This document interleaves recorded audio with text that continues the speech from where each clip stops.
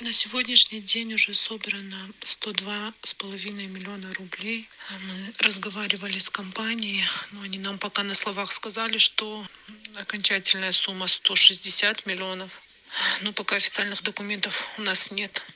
А так, состояние ее, ну, можно сказать, нормально.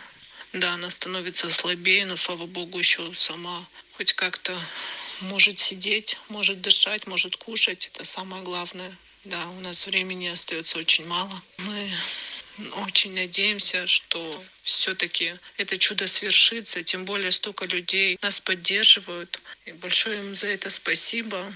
Сейчас подключилось много футболистов, даже мировые звезды футбола уже как бы нас поддерживают, блогеры, артисты. И спасибо им большое за это.